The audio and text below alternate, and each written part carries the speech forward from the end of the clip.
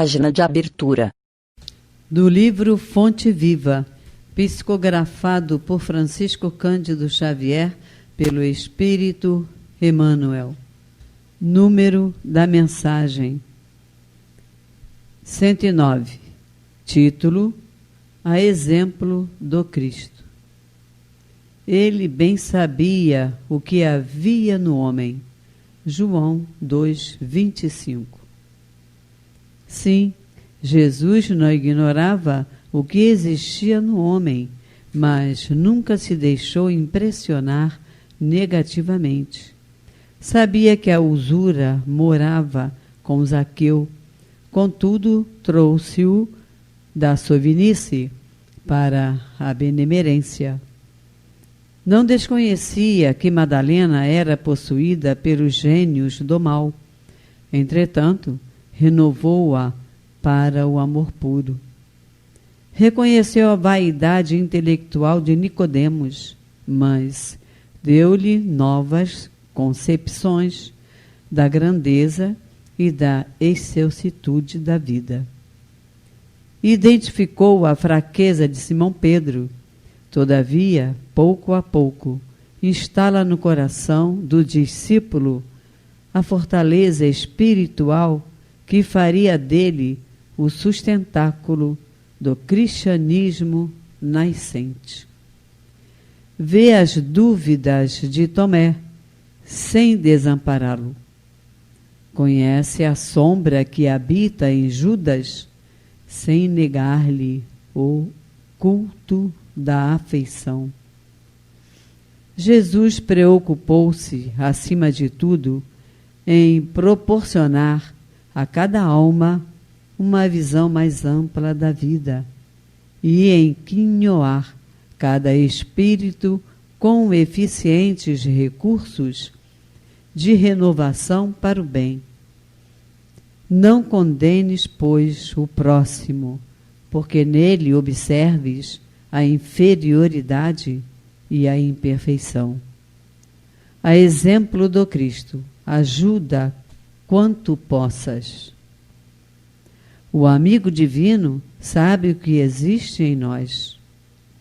Ele não desconhece a nossa pesada e escura bagagem do pretérito, nas dificuldades do nosso presente, recheado de hesitações e de erros, mas nem por isso deixa de estender-nos amorosamente as mãos.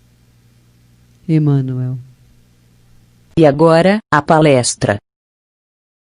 Olá, eu me chamo Valúzio e estou mais uma vez incumbido de dar continuidade ao estudo sistematizado da doutrina espírita, na forma virtual, através das mídias sociais eletrônicas, em respeito às determinações das autoridades sanitárias que preconizam evitarmos reuniões ou qualquer outro tipo de aglomeração, ainda como consequência da pandemia da Covid-19. Hoje nos cabe tecer comentários dos itens 6 a 10 do capítulo 5 de O Evangelho segundo o Espiritismo. O capítulo 5, Bem-aventurado os aflitos. As questões de 6 a 10, causas anteriores das aflições, e a questão 11, esquecimento do passado. Jesus promete compensações e consolo aos aflitos da terra. A essa altura já compreendemos ser a Terra um planeta destinado às provas e expiações. Assim sendo, ninguém estará livre de qualquer adversidade. Todos teremos aflições, um mais, outros menos. Alguns descrentes até se utilizam das aflições humanas para justificar a não existência de Deus. Porém, aos crentes, aos já iniciados nos assuntos da espiritualidade, já há uma compreensão desse assunto com um pouco mais de profundidade filosófica.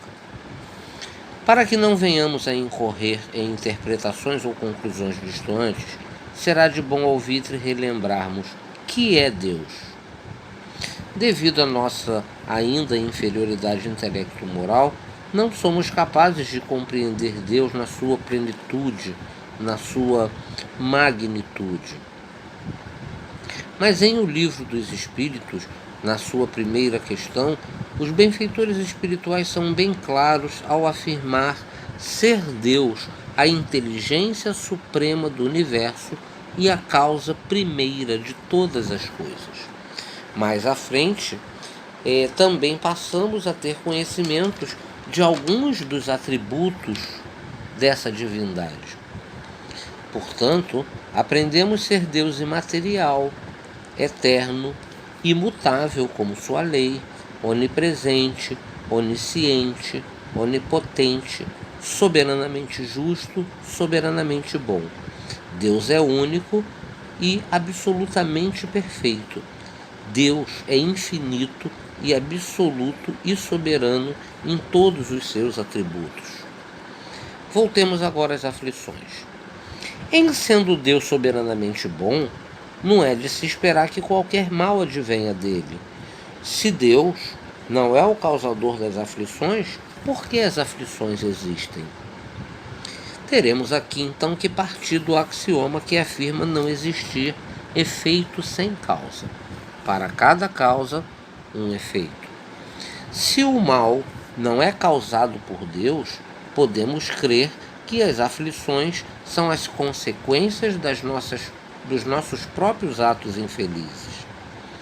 Em sendo Deus soberanamente justo e amoroso, essas aflições não são castigos de um pai severo, mas sim uma forma didática que nos permite o aprendizado e o nosso reajuste perante a lei. Serve como instrumento de burilamento do espírito perfectível. Jesus, no Evangelho de Mateus, capítulo 16, versículo 17, ele ensina que a cada um será recompensado de acordo com o que tenha feito. E Paulo, em Gálatas, capítulo 6, versículo 7, ele nos diz: porque tudo aquilo que o homem semear, isso também colherá. Dependendo de como vamos nos conduzir por conta do nosso livre-arbítrio, colheremos venturas ou desventuras. Colhemos exatamente o que plantamos. Vou agora utilizar uma analogia, mas por favor não levem ao pé da letra. Se de livre e espontânea vontade, que é o livre-arbítrio, experimentarmos colocar o dedo por 3 segundos na chama de um maçarico, que será a causa, teremos no mínimo algumas semanas de dor e aflições, que são o efeito. Teremos a oportunidade de tratar adequadamente a queimadura com remédios e algumas medidas necessárias, que serão as oportunidades de reparação, de reajustar a saúde.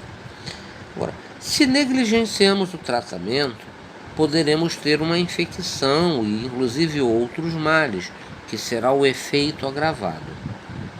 Puxa, se o espírito foi imprudente, negligente, teimoso, ele não poderá atribuir aquela aflição como tendo Deus como causador.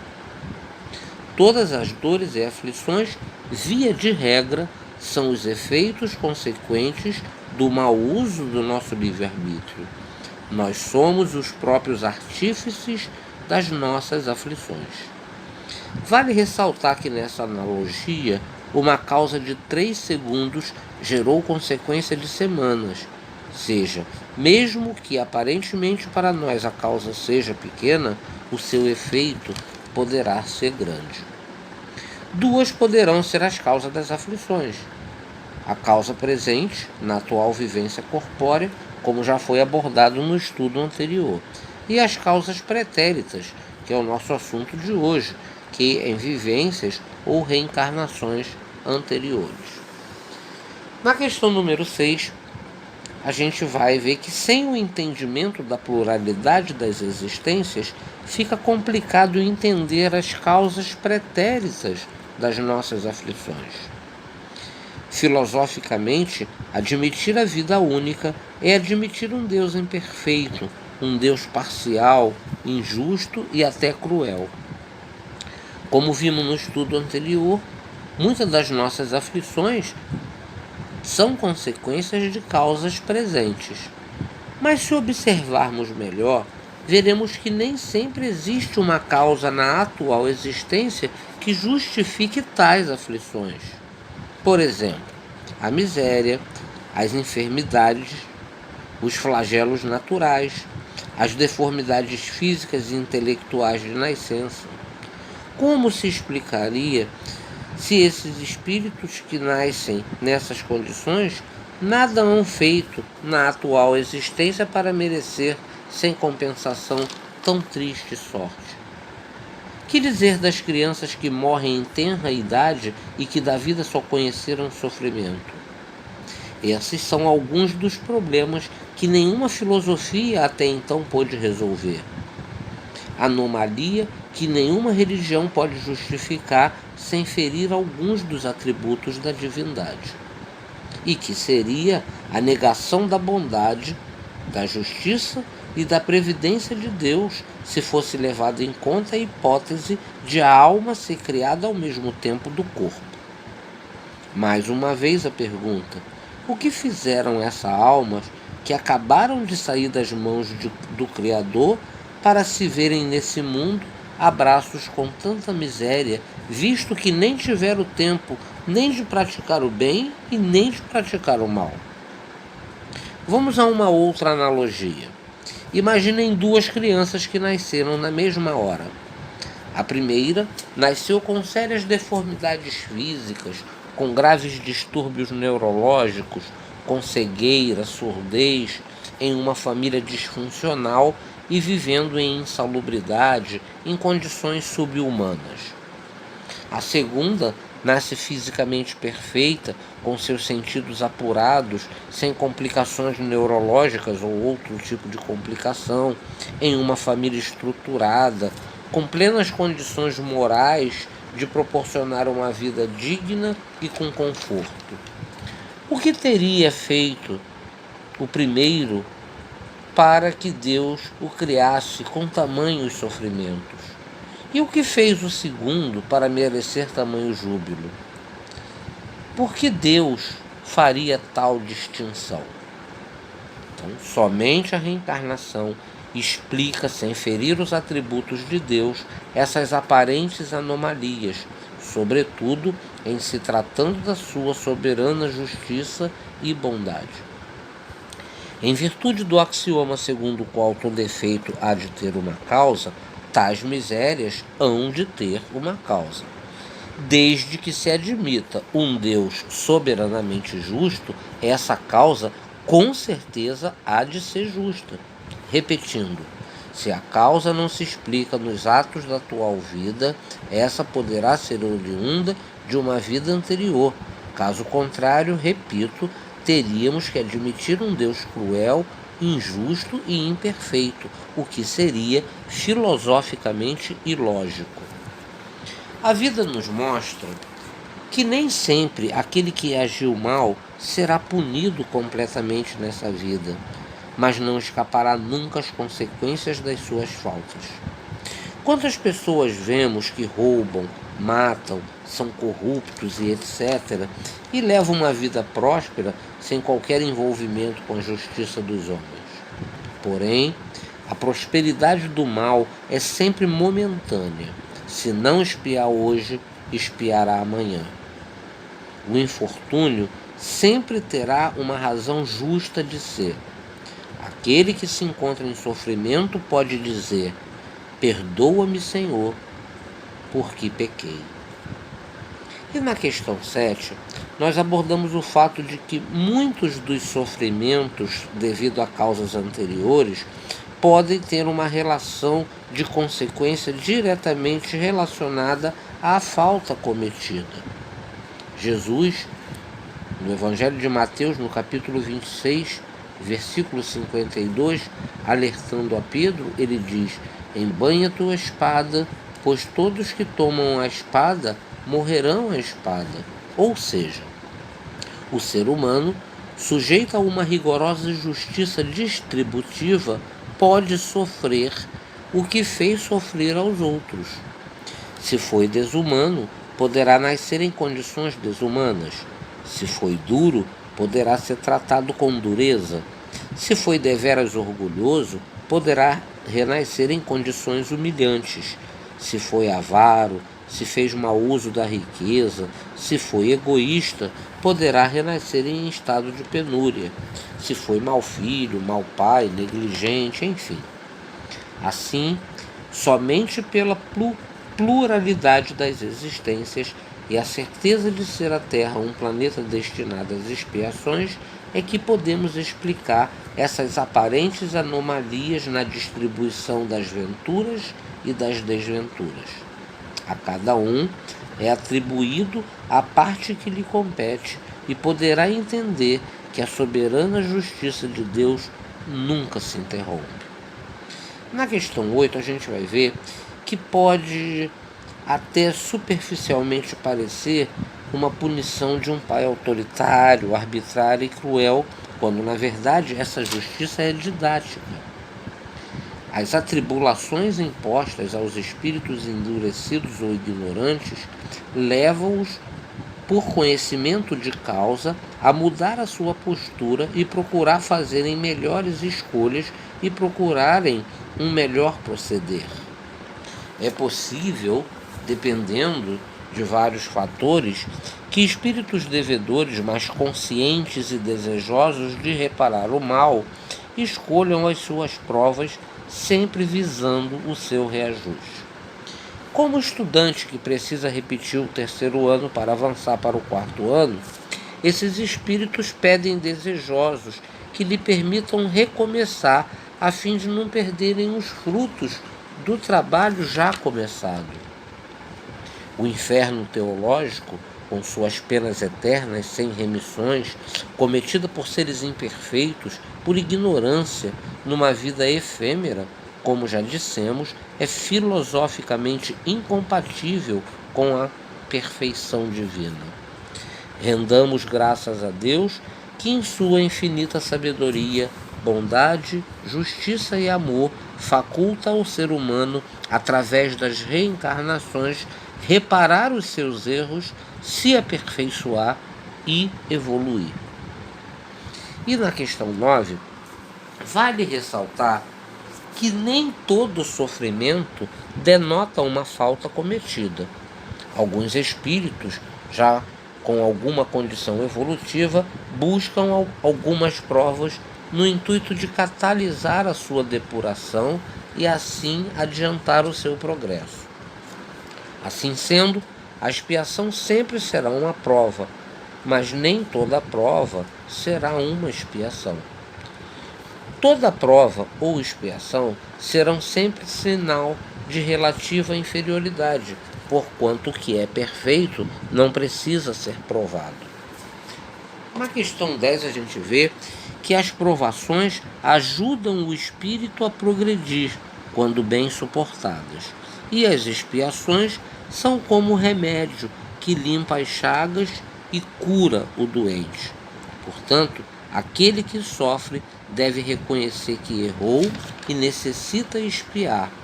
A ideia da cura deveria lhe ser motivo de regozijo. E agora nós vamos à questão 11, que trata do esquecimento do passado. Muitos questionam: se nos lembrássemos dos atos da vida passada, seria mais fácil saber como proceder na vida presente. E questiono eu a eles: será? Quantos na atual vida cometem erros e, mesmo lembrando-se desses erros, permitem-se tornar recorrente tais erros? Se a soberana sabedoria suprema do universo lança um véu sobre o passado, com certeza é para o nosso bem. Ao contrário do que muitos pensam, a lembrança poderia nos trazer embaraços e até gravíssimos inconvenientes. Em certas situações, poderia nos humilhar ou até nos exaltar, o que com certeza acarretaria perturbações e muitos prejuízos nas nossas relações sociais, sobretudo familiares. Frequentemente, o espírito renasce no meio em que já viveu, estabelecendo relações com as mesmas pessoas a fim de que possam reparar o mal que lhe haja feito. Se reconhecesse neles o ódio, quiçá esse ódio se lhe perpetraria outra vez no íntimo. Imagina um pai lembrar que aquela filha rebelde lhe foi uma amante ou uma escrava por ele levada ao sofrimento e ao submundo. A culpa, o remorso, a vergonha, enfim, iriam com certeza dificultar o novo convívio e, com isso, atrapalhar a reparação, o encaminhamento e a reconciliação. E imagina o ódio dessa filha em relação a esse pai.